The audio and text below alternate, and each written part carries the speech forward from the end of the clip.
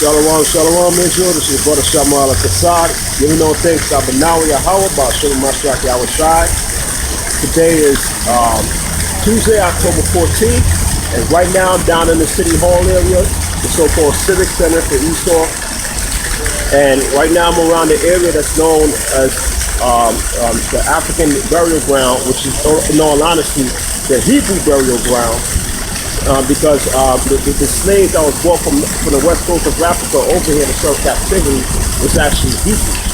You know what I'm saying? So right now, this is an episode.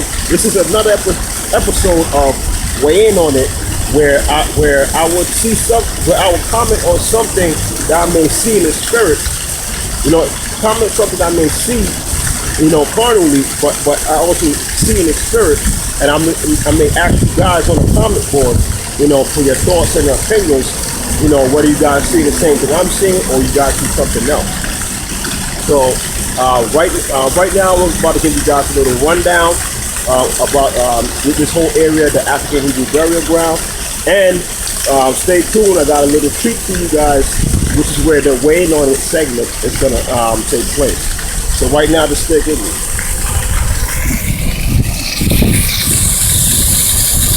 Alright, bear me right now. So right now I'm in front of, you know, this little waterfall, you know, spring thing. You know, it's one of those so-called monuments that Esau made, you know, calling themselves honoring, you know, the deceased, you know, Hebrew slaves that they brought over here to serve captivity. You know what I'm saying? Which is the first thing that many of us need to understand is that, you know, for the transatlantic slave trade, first thing to understand is this, that, you know, it wasn't just the South that had slaves. As quiet as it's kept, you know what I'm saying, many states to the north has had slavery in it also. You know what I'm saying? And another thing that many of our people don't know is that one of the main places where they sold us for captivity is right down there, Wall Street. You know what I'm saying? And so that right there is another thing that we all need to understand. That it wasn't just the South that had slavery going on, the North did as well. And in fact, the North was one of the spots where they were selling our behinds. You know what I'm saying? Before Esau was selling stocks and bonds, Esau was selling man, woman, and child. You know, Hebrews. What else?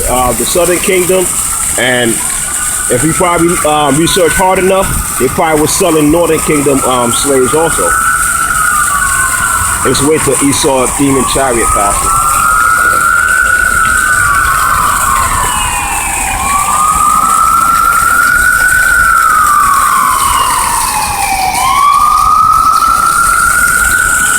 All right, so back on this monument. When you look up, you see this monument, and the first thing you see is an obelisk. And those who have understanding of history, you know, we all know what an obelisk means. You know, an obelisk is meant for, it means, you know, the mill's principal part, you know, a rod. You know what I'm saying? But even though Esau claim it's supposed to mean something else. Alright, see on the stone, let's see what the inscription says. See right here, this looks like a antelope's head. And this one right here too. So I'm gonna film it. I'm gonna keep it still and I'm gonna read off the caption. It says Chaayah. The headdresses depicted above are from the Bamana people of Mali, West Africa. These headdresses, known as Chaayah, represents mythical male and female antelopes that the Bamana believed taught people to farm, thus to survive. The female antelopes are distinguished from the male antelope by the young fawn, you know, a fawn which is like a child, a baby antelope carried on her back. So I guess that's what this is the female headdress.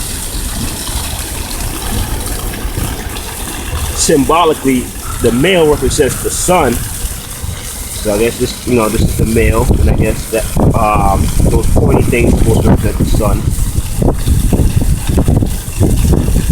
And the female represents the earth. And the fawn on the female's back represents humankind. In dance performances, pairs of males and female Chihuahua pairs of male and female Chihuahua taught praise and encourage good farming. In addition, the antelope dances together symbolize cooperation between men and women to produce a successful harvest. You know what I'm saying? Which, for the sounds of that don't even sound like an Israelite custom. That sound like, something that Ham was doing. You know what I'm saying? Or it could have been something that might have been a Hamite custom that us Israelites back then, went into. Because when you read the scriptures, Israel was constantly going off, way the hell off, and following these other nations and their practices. You know what I'm saying? So who knows? After we fled Jerusalem in 70 AD and ran into Africa, you know what I'm saying? Probably even back, all the way up until, the transatlantic slave trade started. We probably was still going off, following Ham and the other nations with their pagan deities. Now let's see what it says over here. Triumph of the Human Spirit, 1992 to 2000. It says, this sculpture is dedicated to all of the unknown and unnamed enslaved Africans, or should be Hebrews, brought to this country, including the 427 Hebrews, even though it says Africans, because it's really Hebrews, excavated near this site, which is now the rediscovered New York City African burial ground. So, when Esau found the 427 Hebrews dead bodies, on this site, I guess their guilty conscience kicked in and decided to turn this into an ancient burial ground, an ancient monument and a burial ground, so-called, honoring our dead. You know what I'm saying? Which is all BS, if you ask me. I said my inspiration for this concept of this sculpture comes from the Bamana people of Mali, West Africa. The vertical portion of the sculpture represents the male, which is the rod, the long point of that statue. That's supposed to represent the male for obvious reasons, the penis. It said the vertical portion of the sculpture represents the male and female antelopes of the Chihuahua headdresses. The Chihuahua rests on the horizontal plane, which symbolizes the canoes used by Native Americans and slaving vessels that transported Hebrew men and women and children, and the passenger ships that brought immigrants to this country. The part of the granite in which these words are inscribed represents the land. The triumph of the human spirit soars high above this place as a memorial to our ancestors and to the legacy of our endurance against the odds. It is also a tribute to the memory of my mother, Mary Clark Pace, which is the year she born, year she died, 1916 to 93, and father, Bishop Eddie T. Pace, 1909-1991. The original lock shown below was worn by my great-great-grandfather Steve Pace during his enslavement. The key symbolizes his freedom. The lock and key. The key symbolizes his freedom. The lock and key was passed on to me by my uncle Julius Pace in 1991. and that's Lorenzo Pace, the guy who did this monument. And that lock and key was something that he said that Lorenzo Pace said that his great grandfather, has passed down, during his generation, which is what he had. He said the original lock shown below, which is this, was worn by his great grandfather during his enslavement. So that right there shows that it's a Jake that's honoring his dead relatives and stuff. And honoring his nation, but where he went off is that when he incorporated all that that Pan-Africanism and they customs in it. What the man doesn't know, or he probably knows now, but what he doesn't know is that that we're Hebrews. We're not Hamites. With the antelopes and all the other deities and whatever, that's not us. That's Esau. But back on the main point, this spot where I'm standing right now, we're all, the monument, the waterfall, and everything. It's an ancient burial ground, so-called giving honor to of our Hebrew slaves, our Hebrew ancestors. Who was brought over here to serve hardcore slavery. Well, one thing that Esau doesn't tell you is that this whole area, pretty much most of Lower Manhattan, is an ancient burial ground for Hebrew slaves, mainly on the Southern Kingdom and quite possibly the Northern Kingdom too, because you did have the Northern Kingdom, so-called Native American Indians that was living on the island of Manhattan when Esau came over. And don't believe that damn myth that they stole Manhattan for a damn what's that $24 and some beans or some madness. Don't believe that crap. That's what Esau tells you. These are the same people that say that Columbus discovered America. When you check other historical sources, they say something completely different. But when you look, listen, it's not just this site that's an ancient burial ground for Hebrews. It's pretty much most of Lower Manhattan. When you look over there, that tall glass, that tall building right there, that right there is a federal building. But guess what? They had the audacity to put the African Burial Ground Museum over there, next to the feds, next to the federal building. It's a joke, man. Listen, for all we know, that building itself is right on top of our ancestors' dead bodies. Pretty much most of this. And also, let me say this real quick. It was a few months ago. Most of us, I found out I'm gonna post it. in like I'll post in the video. A few months ago, that there was like the powers of Esau, the powers that be held like a gathering or like a gala or some kind of celebration, at the the New World Trade Center, a few blocks down. I think it was like a fundraising event or something. I will have to research, to dig it up and find out what it was.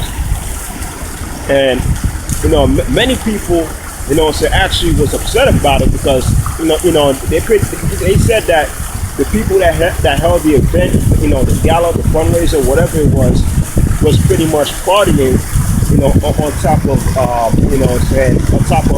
the people that died in 9/11.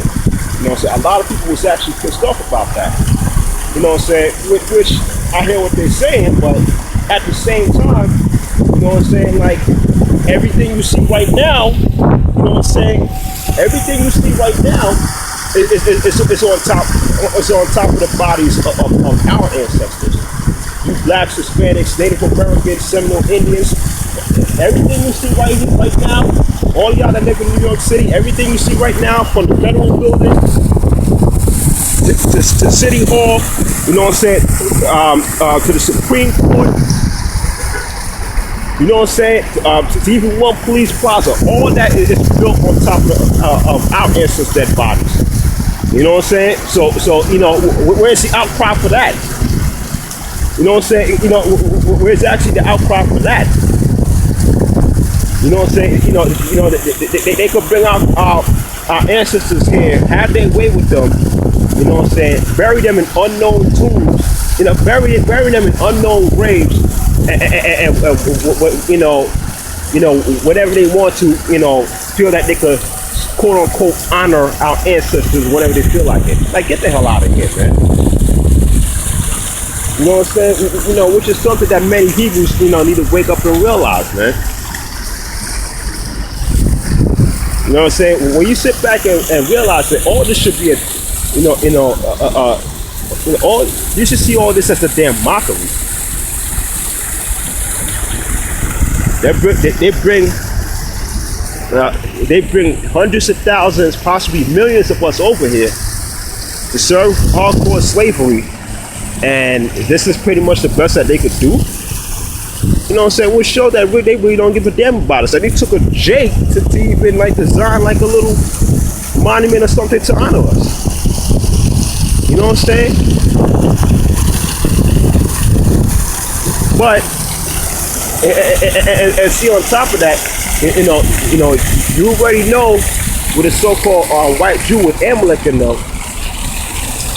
You already know with the so-called white Jew with Amalek in them, that you already know that any place where their ancestors was killed or murdered, you know, that spot gonna be honored with the utmost respect. You know what I'm saying? It's not gonna be, you know, straight up and down. Y'all pretty much not gonna put any old thing on top of their dead bodies, and rightfully so. And you know, and rightfully so. But guess what? That same right, that same privilege belongs to us. You blacks, Hispanics, Native American, and Seminole Indians. There's no way in hell why anybody should be building, you know what I'm saying, courts and, you know, buildings and businesses on top of ancient burial ground, you know, where our people who was brought here against their will to serve slavery, you know what I'm saying, bury that. You know what I'm saying? That every Jake, every Israelite born, every Israelite person should find that as an insult. But now in 2014, you know what I'm saying, you have Jake, you know, so-called black man and black woman feel like they, you know, they done come up in the world, and you know, because they got a little bullshit job, you know, working in the federal building. You know what I'm saying? Because they got because they got a decent job working in Esau's court system. You know what I'm saying? You know what I'm saying? You know, they think they made it prime time because they working at NYP, you know, at NYPD. You know what I'm saying? Which, in all honesty, you know, you should see it as a job, but also you should also have huge contempt, you know what I'm saying, or huge indignation towards Esau, you know what I'm saying, for the audacity of building, you know what I'm saying, their businesses, their courts, and so on and so forth on top of the graves of your people. You know what I'm saying? Which is a complete abomination. And you want to know something that's a complete abomination? This is where the weighing on this segment comes in. Because right now, in the same area, you know, of the, you know, where they found the 427 Hebrew slaves, you know, which is the monument honoring our people. We got, ta-da, a booth, a tabernacle booth, or a sukkot. And as you see right there, it says Happy Sukkot. Now, I first saw this yesterday when I was passing through. You know what I'm saying? At first I felt, highly offended. And the reason why I felt highly offended was because, you know what I'm saying, it's like, yo, like this is like, this is the burial ground, of our ancestors that was beaten, raped, robbed, you know what I'm saying, putting all kinds of, had to endure all kinds of crap, you know what I'm saying, and wasn't even given a proper burial. They probably just threw them in a ditch somewhere, you know what I'm saying, where hundreds of years later, it eventually became this. And it's like, you want to honor our people by putting up this. But now, don't get me wrong, you know what I'm saying, right now I'm kind of in the road because at first I felt insulted, but then I thought, like, you know what, maybe, this is somewhat of Esau's way of so-called honoring our ancestors, because remember, us Hebrews in the ancient times, we kept the Feast of Tabernacles, and for 7 days we dwell in booths. You know what I'm saying? But which in all honesty, it could go either way. You know what I'm saying? Maybe they put this up as a mockery of us, but at the same time, you know what I'm saying? They put it up to make mockery and disrespect us, but at the same time, they somewhat honoring us or paying homage to us. You know what I'm saying? Because we're the real Jews. We're the real Jews and the Israelites that the Bible speaks of. You know what I'm saying? But today when I came back, I saw something that, that really did piss me off, because of who actually put, this booth up. It says Happy Sukkah, but what it says up at the top, Chabad Lubavitch wishes you a happy Sukkah. Those who know who don't know who Chabad Lubavitch is the so-called white Jew congregation or sect of people that believe that that Menachem Smirchin dude that died back in the 90s, that he's the so-called Messiah, and that one day he's going to resurrect and save them. Those same ones that lives in Williamsburg, Brooklyn. You know what I'm saying? Those same one, and some of them in Crown Heights too. Those same one, are the ones that put this up there. Somebody from their sect put this up there, which, again, like I said, I find a huge slap in the face, because it's like, how the hell dare you put this, on something that's considered, an ancient burial ground. You know what I'm saying? And you pretty much put it up there to, like, to disrespect us. But I bet you if Israel, if true Israel was to put up a booth or something on top of, on top of something, on top of one of the areas where you guys so-called died in the so-called Holocaust, so-called Holocaust, you know what I'm saying? What's that? Auschwitz, you know what I'm saying? Whatever the hell that place was called. Now, if Jake, if the so-called black man and black woman was to go and set up a booth, you know what I'm saying, at a spot where I supposedly got killed and dwelled there for 7 days, I'm pretty sure that black man or black woman will probably won't even make it out there alive, because the minute where word got out, the backlash would have been extreme. But look, y'all, Amalek, the so-called white Jew, you know what I'm saying, the Chabad, the Lubavitch, so-called white Jew, feels like they could do this shit to you. You know what I'm saying? When you look inside, you see Amalek with, their table and stuff. I don't know if the camera can see it. It got their little table and stuff, which shows that, while, I guess whenever Jake and, whenever we at work, they could come in and I guess chill there, on top of our dead bodies. You know what I'm saying? You know what I'm saying? You see the disrespect? You know what I'm saying? Do you see the disrespect for our people? You know what I'm saying? But then again, the Most High used Esau to tell on themselves because, you know what I'm saying, it's an ancient burial ground for Hebrews, and they're celebrating a Hebrew custom on top of it, which in a way they're letting you know, either consciously or subconsciously, that us Hebrews are the real Jews, us black men, black women, Native American men and women, Hispanic men and women, that we are the true Jews and true Hebrews that the Bible speaks of, and that this right here, the Feast of Tabernacles, that's found in Leviticus 23rd chapter, from the 34th verse all the way to the end,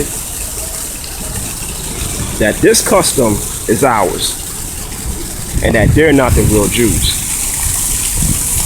So in a way, it's a slap in the face, but also in a way, that's Esau telling on themselves on, you know what I'm saying? That's Esau consciously or subconsciously telling on themselves that we are the true Jews that the Bible speaks of. So that's pretty much it. You know what I'm saying? I pretty much talk it guys' ear off enough. So, that's pretty much my thoughts. Maybe I'm looking too much into it. Maybe I'm on point. But, what do you guys think? You guessed it. Weigh in on it. Shalom, Israel.